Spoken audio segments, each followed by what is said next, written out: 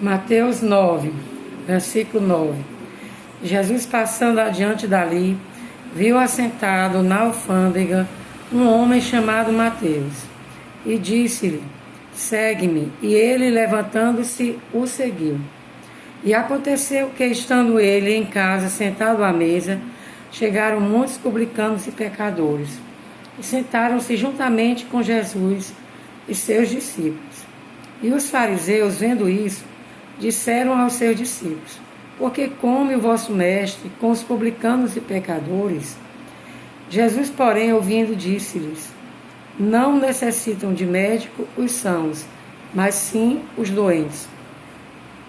Ide, porém, e aprendei o que significa: misericórdia quero, e não sacrifício, porque eu não vim para chamar os justos, mas os pecadores ao arrependimento. Então chegaram ao pé dele os discípulos de João, dizendo: por que jejuamos nós e os fariseus muitas vezes, e os teus discípulos não jejuam? E disse-lhe Jesus: podem porventura andar tristes os filhos das bodas, enquanto o esposo está com eles? Dias, porém, virão em que lhes será tirado o esposo, e então jejuarão. Ninguém deita remendo de pano novo em veste velha, porque semelhante remendo rompe a veste e faz-se maior a rotura. Nem se deita vinho novo em odres velhos. Aliás, rompem-se os odres e entorna-se o vinho, e os odres estragam-se. Mas deita-se vinho novo em odres novos, e assim ambos se conservam. Dizendo-lhes ele essas coisas, eis que chegou um chefe e o adorou, dizendo: minha filha faleceu agora mesmo, mas vem, impõe-lhe a tua mão, e ela viverá. E Jesus, levantando-se, seguiu-o, e os seus discípulos também. E eis que uma mulher que havia já 12 anos padecia de um fluxo de sangue, chegando por detrás dele, tocou a orla da sua veste. Porque dizia consigo: se eu não somente tocar a sua veste, ficarei. Se eu tão somente tocar a sua veste, ficarei sã. Pai de amor, agradecemos tanto pela tua palavra, pela Bíblia, que é a verdade. Por esse último versículo que nos chama muita atenção, de tamanha fé em Jesus Cristo, em que aquela mulher disse: porque dizia consigo: se eu tão somente tocar a sua veste, ficarei sã. Nós precisamos ter fé em Cristo Jesus para sermos sãos. A maior bênção é o perdão dos pecados, a vida eterna, mas muitas coisas que nós precisamos aqui na terra, precisamos ter fé que Jesus pode nos ajudar. E aquela mulher deu esse grande exemplo de fé. E Jesus de misericórdia. Ele fala aqui que ele veio para chamar os pecadores ao arrependimento.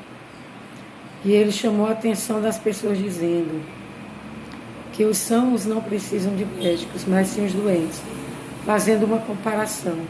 Então os pecadores é que precisam de Jesus. Ele vem chamar os pecadores ao arrependimento. Então ele ia ao encontro dos pecadores. E muitas pessoas também iam ao seu encontro. E ele fala aqui que nós precisamos de misericórdia de Jesus para sermos perdoados e salvos.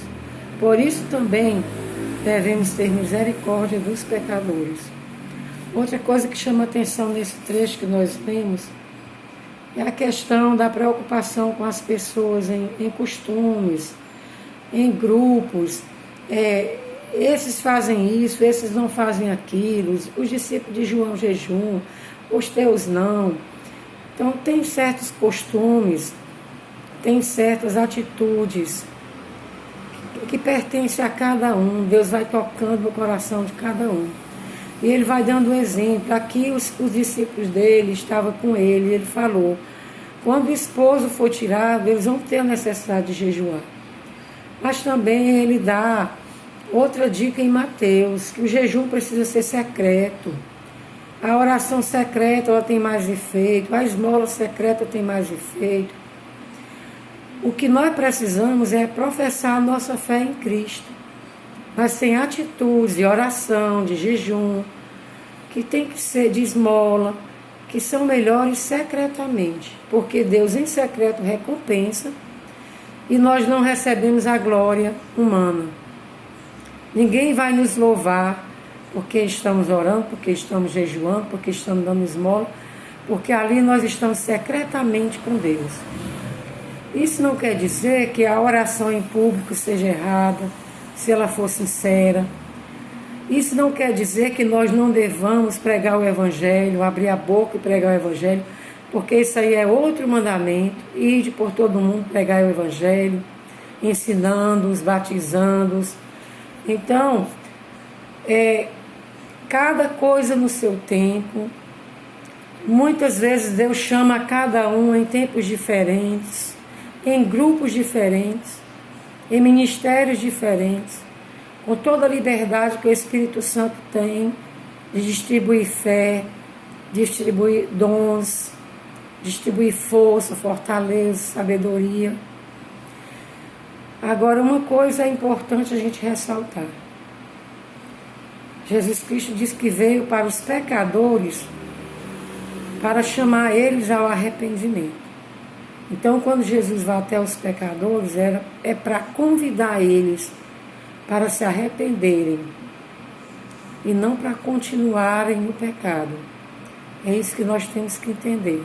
Amando-os e entendendo que perto dele,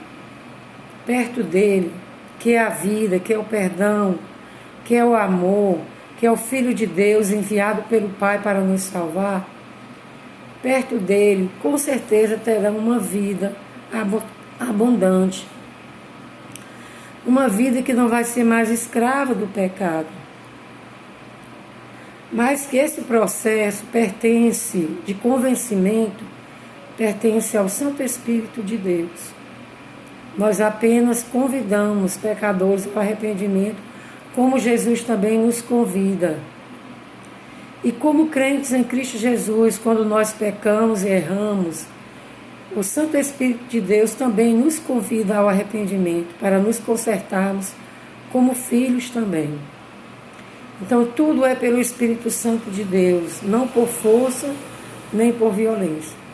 E a palavra de Deus é a verdade, e ela está também escrita, para que todos, em qualquer momento da vida que precisarem, de uma palavra, de entender que arrependidos têm o perdão, a palavra de Deus continua escrita, dando testemunho disso. Que Deus nos abençoe para que nós possamos compreender que precisamos exercer misericórdia para com os pecadores, porque nós alcançamos misericórdia do Senhor Jesus. Pai amado, agradecemos pelo Teu Santo Espírito, que convence a todos do pecado, da justiça e do juízo, do Teu amor, da Tua graça, do Teu poder, do Teu perdão. Amém.